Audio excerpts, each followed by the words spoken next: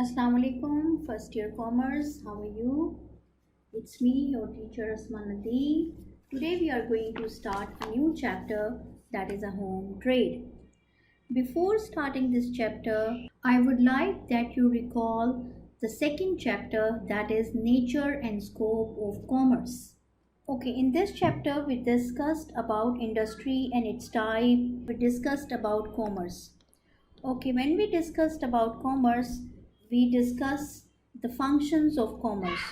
Remember guys, one of the functions of commerce is to remove human obstacle, and that human obstacle can be removed with the function of trade. In the same chapter, we had studied the scope of commerce. Scope of commerce is trade and trade auxiliaries.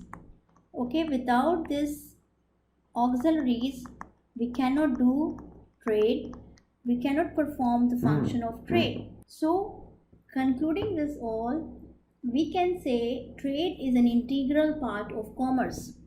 Recall the objective of commerce is to deliver the good to the consumer. So this delivery could not be possible with the function of trade. Here we are going to start a very important chapter related to your course, that is a home trade. How we are going to define a trade? Guys, trade is an activity of buying and selling of goods for money or other goods. So what is a trade? It is just an activity of buying and selling. When we buy thing, when we sell thing, it means we are doing the trade. These are the persons who play a very important role in trade. Number one is trader, who do the trading, manufacturer, who produces the goods, and consumer, of course consumer, because without consumer, these all things are useless. Consumers consume the goods produced by the manufacturer and distributed by the trader. Okay class, now please recall this hierarchy which we already studied in chapter number 2, that is a classification of trade. Trade is classified into two, one is home trade and foreign trade. Again, home trade is classified into wholesale trade and retail trade. And foreign trade is classified into import, export and entry port. Right now we are going to study one part of the classification, that is a home trade. This is chapter number 9, then this is chapter number 10, chapter number 11, this is chapter number 12, 13, 14. So these are all chapters which we will study, and these all chapters are related to the trade. Meaning of home trade. When buying and selling of goods and services take place within the geographical boundaries of a country, it is referred to as internal trade, or you can say it is referred to as home trade.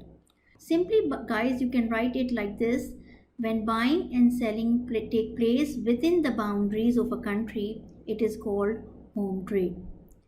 It may take place between buyers and sellers in the same locality, village, town or city, or maybe in different states, but are definitely within the same country. So this is the definition and little explanation of home trade. Now what are the characteristics of home trade? These are the 10 characteristics written in your book. We will inshallah going to discuss one by one these all characteristics. The first characteristics is boundaries. It is a trade within the boundaries of a particular country. As we discussed in the definition, that buying and selling both take place within the boundary of a country. The scope is local or domestic market. So what is the scope? Scope is only local, or you can say domestic market. So this is the scope of home trade within the country. And local currency is used for payment, making payment for receipts. Normally in home trade, local goods are involved within the country. Similarity: all the traders who are working within the country, they face similar kind of facilities, problems and business environment. Okay, in home trade, Usually all the traders get immediately possession of goods. Okay, now insurance of the good. In home trade, guys, there is no need to get the good insured. Low transportation cost. Yes, when you deliver a good within the country, every trader bears a low transportation cost as compared to foreign trade. And when we talk about home trade, the essence of natural culture is always prominent. In home trade, always what prominents? The national culture, national products, local goods. The buyer prefer to purchase those goods which are according to their cultural needs. Guys, this is the trade which increase the national income of the country. If we will do more home trade in the country, then economic growth of our country will be go higher. So always in any country, home trade is more preferred than foreign trade. If goods are produced in excess, then it should be exported outside the country. If we will do home trade more, then we will only able to produce extra and surplus goods within the country, which will boost the whole economic cycle of the country. These all are the characteristics of home trade. We discussed 1 to 10 characteristics of home trade. Now, when we talk about types of home trade, guys, we know that domestic trade is the exchange of domestic goods within the boundaries of a country. This subdivided into two categories. One is wholesale and second is retail trade. Wholesale trade, guys, is concerned with buying goods from manufacturers or dealers or producers in a large quantity and selling them in small quantities to others who may be retailers. Wholesale trade is undertaken by wholesale merchants or wholesale commission agents.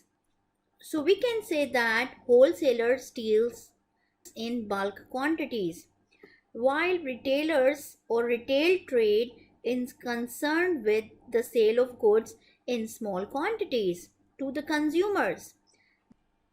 Okay, yes, now first year commerce.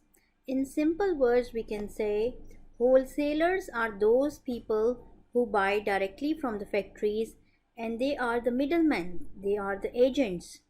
And retailers are the cold store shops which you find nearby your houses. These are the small shops which we call retail shops or cold stores. Now this is again the difference you can see in this picture. This is a retail shop where all the goods are displayed on the racks which you can easily find nearby your houses, which is called a cold store. And these are the second picture over here. It shows that goods are packed on the shelves. Goods are not displayed. So this is a picture we can say is a wholesaler over here. So how we can simply define a wholesale trade? Selling of goods in large quantities to shopkeepers or retailers for resale to the consumers. So guys, we can say wholesalers are the intermediary agents between retailers and manufacturers. They purchase in bulk from the production place, from the factories. So after buying from the factories, what they do, they supply the goods to retailers in the trucks. Now retailing means the selling of goods in small quantities to ultimate consumers like we are. We guys, if we want to purchase anything, we will go to a retail shop. We cannot directly go to the factories. We always go to the retailers. Retailers purchase goods from wholesalers and provide these goods to consumer near their houses. Yes guys, I am sure now it is clear that what is the difference between retail trade and wholesale trade. As we discussed in the previous slide, now come over here, that trade is divided into home trade and foreign trade, and again home trade is subdivided into wholesale trade and retail trade. Guys, here I want to emphasize the importance of domestic trade, or you can say home trade. I would like you that you know how home trade is important for a country. In a country, Home trade facilitates exchange of goods within the whole country.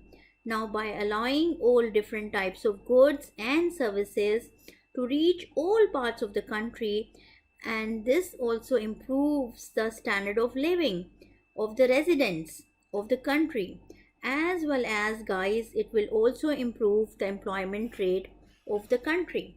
So the domestic trade in a country is always facilitate exchange of goods within the country. It by doing this, it also makes sure that the factor of production reach to the right place, or in other words we can say, if we will do home trade, then factor of production within the country can be utilized to the optimum level. And what will be the result then? Yes, can you tell me? If the factor of production within the country will be used at optimum level, then economy of the country can grow. By allowing all different types of goods and services to reach all the parts of the country, it improves the standard of living of the people living in the country. As well as, guys, it will also improve the employment rate of the country. It helps the growth of an industry by ensuring the availability of raw materials. So over here, if we conclude the topic, today's topic, home trade and foreign trade, guys, being a country, we always need to promote home trade within the country. This is the only home trade. If we will do more in the country, then we will able to do foreign trade. We will do to export the surplus good which are produced in the country. Here I am going to end the class today. Inshallah, in the next class, we will discuss more about home trade, wholesale trade, retail trade. Till that time, take care of yourself. If you have any query, you can ask me in the Zoom class. Take care, guys. Allah Hafiz.